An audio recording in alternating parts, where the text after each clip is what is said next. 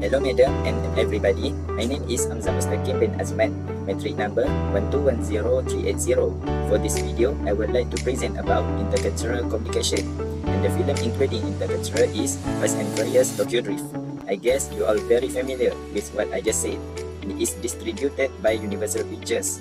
This film was released in 2006 after Fast and Furious in 2003. Before that, I will tell what is intercultural communication.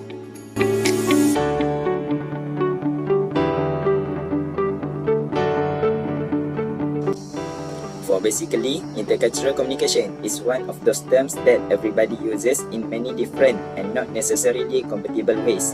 Instead of starting with a definition, I will start with a description of 3 studies that come under the heading intercultural communication, and I will ask you to work out for yourself how the researchers who conducted and wrote these studies understand intercultural communication.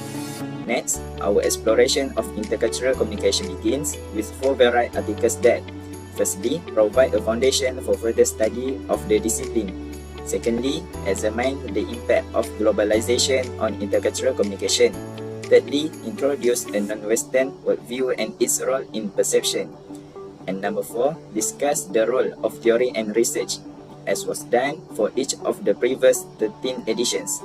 The first essay in Chapter 1 is written with 2 objectives in mind: to motivate you to study intercultural communication and to provide the basic structure needed to conduct that study. What kind is related between Tokyo Drift and intercultural communication? Is it just about family and racing? Okay, check it out this video.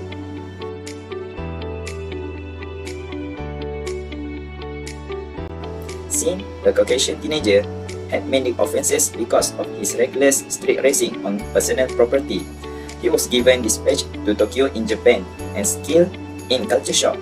Sin befriended a classmate named Mila, who has an interracial dating with underground Japanese drifter named Takeshi, aka DK. It is Drift King. Sin and Mila's friendship triggered an intercultural battle between Sin and DK. Mila dropped her dating with DK and started intercultural dating with Sin. Sin, who became at the beginning a newbie street racer, finally assimilated into Japanese-style drifting and has become the brand new Drift King. Wouldn't have that problem with a V8. Boys, all they care about is who's got the biggest engine. I'm a guy. It's in my DNA. So y'all race with these things, huh? Cute little toys. You know, I almost didn't recognize you without your slippers on. Don't you mean Wabaki? Nila, right? You're a quick learner. So where are you from, anyway? Here. No, I mean, not where you live. Where'd you come from? Does it really matter?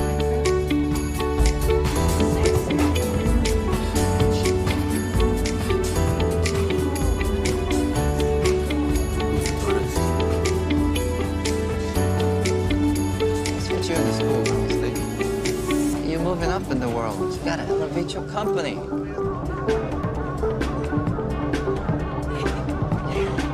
Ladies, hold that thought, all right? All right, hold that.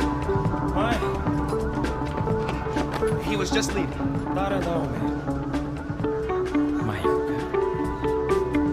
I'm sorry. I don't speak Japanese. Understand that. Takashi, We were just talking. this is a new scene. That word you call it. Gaijin or something. What does that mean exactly?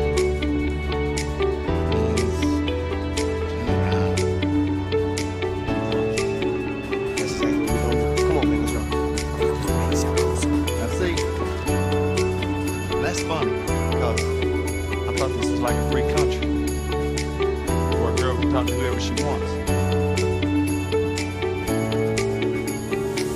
You know who I am, boy? Yeah. You like the Justin Timberlake of Japan, right? 気にしないで。関係ないから。ね。Leave.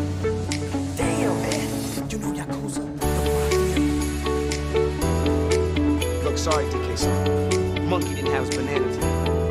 Hey, D, let's go. It's time to race.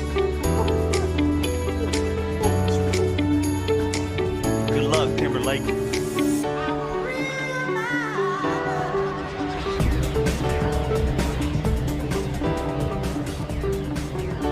You're the one that's lucky.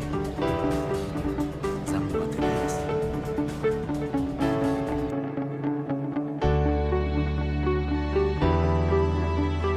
At figure 1 in verbal, we can see first thing first, tourist, Takashi aka Drift King asking Han about the tourist to Han. Secondly, intercultural conflict, it is conflict of interest. DK versus Sin, they debate after Sin's conversation with Mila. Thirdly, peacemaker, Winky, it is Lin Bow Wow, tries to soothe the tension in.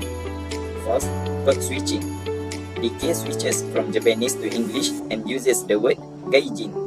It is outsider. Next, accommodation and discussion.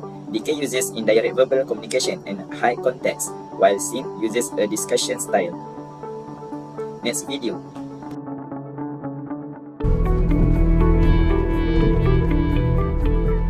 おじさん、ちょうど会いに行こうと思ってました。どうだい、元気は？はい、先週のあれです。仕事の方はうまくいってるのか？はい、どうぞ。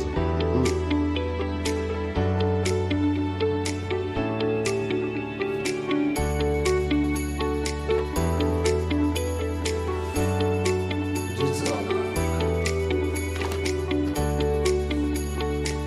この中身のことだが、あんたな、半分も理解できんぞ。ちょっとややこしいかもしれません。お前の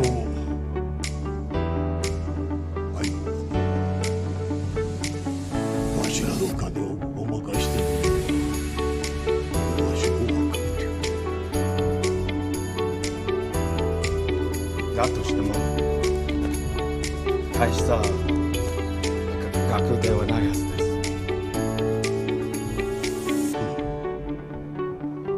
こういうことわざが、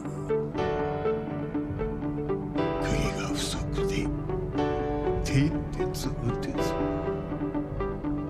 蹄鉄不足で馬が走れず、馬が走れず伝令届かず、伝令届かず戦に負けた。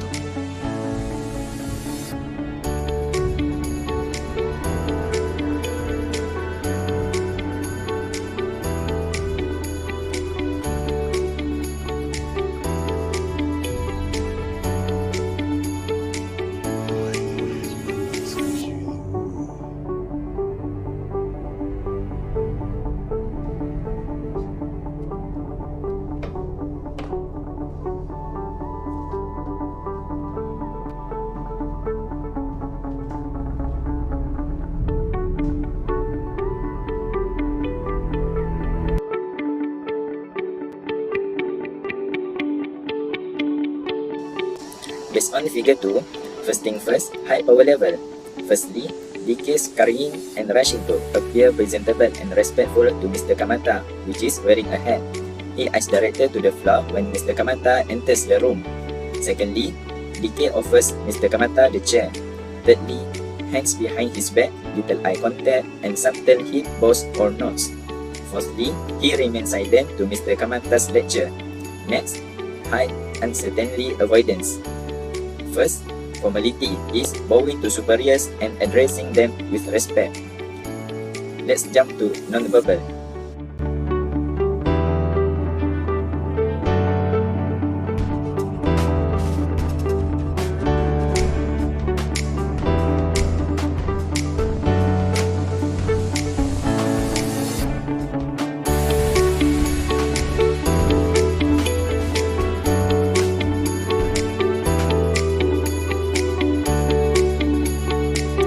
Based on figure 1 in non-verbal, Firstly, national conflict.